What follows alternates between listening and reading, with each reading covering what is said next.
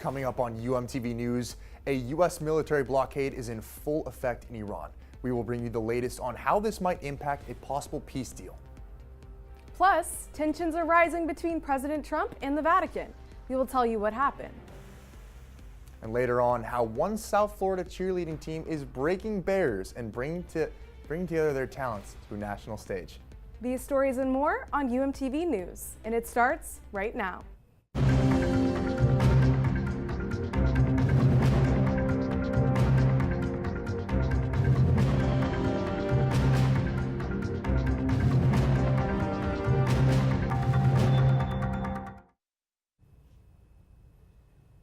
Good afternoon and welcome to UMTV News. I'm Luke Bell. And I'm Dylan Davis. President Trump's criticism of Pope Leo has continued Tuesday. He told an Italian newspaper that the pontiff does not understand the nuclear threat posed by Iran. Trump said the Pope should not talk about the war because he doesn't know what's happening. This all started with Trump's social media post last week, threatening to kill a whole civilization. Pope Leo called it unacceptable. Then Trump lashed out online Sunday, saying the pontiff should get his act together. He also claimed he was only made pope because the church needed an American to deal with Trump. On Monday, the pontiff said he was not afraid of Trump and he stood by the Bible's message of peace. Politicians were not looking to make foreign policy with the same perspective that he might understand it. But I do believe in the message of the gospel. Blessed are the peacemakers. The president went to Truth Social to continue criticizing the Pope. Trump also posted an AI-generated photo of himself as Jesus Christ, presumably healing a sick individual, complete with American flags, praying individuals, and military members. Speaking to journalists outside the White House, Trump said it is supposed to be him as a Red Cross doctor, quote, making people feel better. President Trump has issued another warning for Iran as a U.S. military blockade of Iranian ports takes effect. The warning comes as U.S. officials discuss another potential in-person meeting with Iran after weekend peace talks failed. We can't let a country blackmail or extort the world, because that's what they're doing. They're really blackmailing the world. We're not going to let that happen. President Donald Trump said Monday if a peace deal is not reached with Iran by the end of the two-week ceasefire, that, quote, it won't be pleasant for them. This after the U.S. military set up a blockade on Iranian port traffic around the Strait of Hormuz as of 10 a.m. Eastern Monday. Iran has said this blockade violates the ceasefire. But it's one thing to say that. It's another thing to start shooting. In a post on Truth Social, Trump warned that the U.S. will sink any Iranian fast attack ships that come near the blockade, threatening they'll, quote, be immediately eliminated. Trump's comments come after U.S.-Iran peace talks in Islamabad, Pakistan, failed to turn out a deal over the weekend. But Trump claimed Monday that Iran had contacted his administration and said that they would, quote, like to make a deal very badly. His leadership of the war might as well be called Operation Epic Failure. The Strait of Hormuz, chaos. The Iranian regime, still standing. Gas prices at the highest level in years. Senate Minority Leader Chuck Schumer said Democrats in the chamber would force a vote this week in an effort to rein in Trump's war powers. Iran's acting defense minister said the country is prepared for any scenario and any aggression would result in a harsh and decisive response. According to remarks broadcast on Iran's state-run television, Iran has been allowing some tankers through in recent days, while reportedly charging a hefty toll of up to $2 million. Secretary of State Marco Rubio has met with Israel and Lebanese officials this morning as the U.S. Department in Washington, D.C. The conversation focused on security for Israel's northern border and Lebanon's push for full sovereignty. Rubio's goal is to lead the two countries closer to a permanent deal, as Israel Prime Minister Benjamin Netanyahu previously rejected proposals by the Lebanese government to hold these discussions. One U.S. House representative has resigned from his seat following sexual misconduct allegations. Eric Swalwell is accused by 5 women, including an ex-staffer. Swalwell represented California's 14th district and was in the midst of his 7th term as House representative. Reports came earlier in April that Swalwell not only mistreated victims, but raped one woman and also sent unsolicited nude photos. He would say things like, "What are you doing? What are you wearing? Send me a photo of what you're doing right now." And then eventually one night we were talking and he just sent me a photo of his genitals. Swalwell denies all allegations against him. Swalwell was a heavy favorite as Governor Gavin Newsom's replacement in California, but suspended his campaign on Sunday. April is Sexual Assault Awareness Month, and one student organization at UM is working to educate students and support survivors. The student organization called It's On Us Miami hosted events as part of its Spring Week of Action, from tabling events on campus to community gatherings like Take Back the Night. The organization is focused on bringing students together and starting important conversations. It's On Us is a national organization founded in 2016 by the Obama administration that started to help prevent sexual misconduct on college campuses. So here at the University of Miami, what we do is we make events, we try to spread our outreach as much as possible to bring awareness to sexual assault. The Spring Week of Action marked the final set of events this semester, but they plan to continue building awareness in next semester. After the break, on UMTV News, the WNBA celebrates a historic night.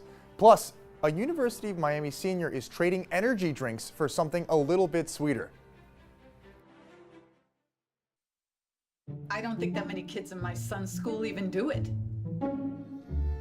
No way. No way. No way. No way, my kid would never vape. Get your head out of the cloud. Talk to your kid about vaping. Visit talkaboutvaping.org. Two cheerleaders in South Florida are proving that friendship does not need words or even the same language. Layla Pettis joins us live for more on this story. Layla?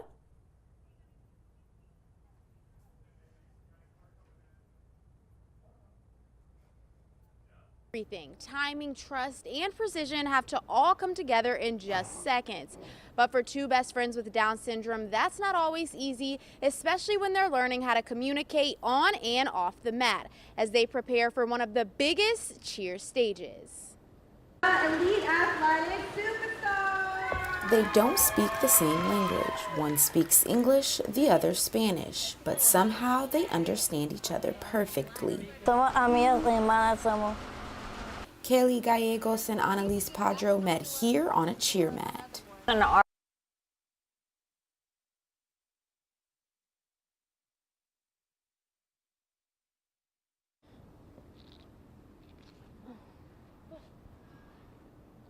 In cheerleading, communication is everything. Timing, precision, and precision all have to come together to make a great team. And for two best friends with Down syndrome, that's not always easy, especially when they're learning how to connect both on and off the mat as they prepare for one of the biggest cheer stages.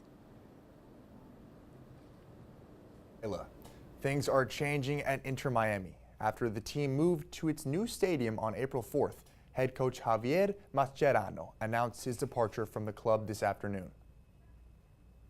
Mascherano's departure comes after leading the team to an MLS title just 4 months ago. He released a statement saying, quote, "I want to let everyone know that for personal reasons, I have decided to end my tenure as head coach of Inter Miami CF. I would like to thank the club, especially the players who made it possible for us to experience unforgettable moments. For now, sporting director Guillermo Hoyos will take over as head coach for upcoming matches." Last night was the 30th annual WNBA draft and the first since the league reached a historic milestone. University of Connecticut star Azzi Fudd was the ¡1 pick in Monday night's draft, joining her former college teammate Paige Beckers on the Dallas Wings. Fudd is set to earn about $500,000 this season. That's almost 7 times the salary of last year's top pick, thanks to a historic labor agreement reached between the league and the WNBA Players Union last month. In addition, this was the first draft for the league's 2 new expansion teams, the Toronto Tempo and the Portland Fire, who selected UCLA's Kiki Rice and Spain's Ayana Martina Carrion as picks 6 and 7. Gen Z is often called the most entrepreneurial generation in history. And on the University of Miami's campus, one senior is proving that claim. Wrigley Court is live to tell us more about it. The wellness industry is now worth more than $300 billion, and college students are one of its biggest markets. But one student here at UM thinks he's found a smarter, more natural way to fuel up. Addison Block introduces us to him. Walk around the University of Miami and you'll see them, energy drinks in almost every hand. The main common themes that I realized were like sleep, energy, and focus, right? And when kids had issues with these certain things, what they resorted to was like energy drinks. Alex Jimenez wanted to change that. The UM senior launched Code Nectar, a raw honey-based pre-workout with his own savings. According to the Global Entrepreneurship Monitor, he's part of a generation betting on themselves. Nearly 1 in 4 adults his age are currently starting or running a business. Putting every single cent that was tied to my name towards creating this product, right? And I think it was like scary at first, but like once you really did it, and once I had the product, the finished version of it in my hand, it was like I would go back and do it again every single time. The brand claims 4 to 6 hours of sustained energy, no crash. But according to the FDA, in a $317 billion wellness industry, the agency does not approve supplements before they hit shelves, and companies test their own products. So I talked to biomedical neuroscientist and UM alum Andres Preschel to learn about honey's properties as an energy source. Without a doubt, it's the absolute best fuel source. It has glucose, and it's also got fructose, so it replenishes both the muscle glycogen when you exercise and liver glycogen to maintain steady blood glucose levels. With coffee, you get this like a super high, and then you fall off, and you're like, oh, I can't get up. Like, I need another coffee to keep going. With Code, I don't get that kind of like drop off. I just feel steady all day after taking it. But in an industry with little oversight, not every natural product lives up to its marketing. Alex says Code Nectar has sold through multiple production runs and turned a profit. I kind of flipped the switch and realized, like, what if it's just more than a little side project, and why don't I really figure out what it takes to make this, like I said, a reality? What if I make this my life, right? And for Alex, graduation in December isn't just an ending to one chapter. It's a starting line for the next. Code Nectar is currently available online, and Jimenez says he plans to expand into retail after graduation. From Coral Gables, Wrigley Court, UMTV. Thanks, Wrigley. Bisons are slowly making their way back into Oklahoma, and last week they got a warm welcome to the Choctaw Nation prairie. Bison disappeared from the land that's now the Choctaw Cultural Center over 150 years ago, but as of April 10th, the mighty mammals have returned to graze on its prairie pastures. Bison roamed much of North America before overhunting and habitat loss in the 1800s made them all but vanish from many regions of the country. That included southern Oklahoma until recent conservation efforts brought the quintessentially American animals back home.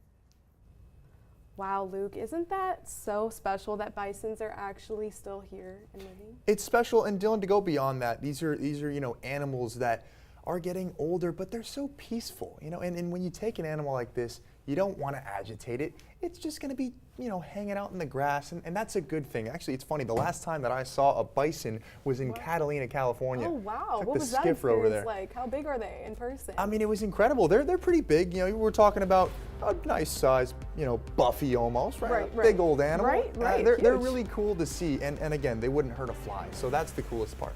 Wow, gotta love bison. Thanks for tuning in to UMTV News. We will be back next week, same place, same time. Have a good night.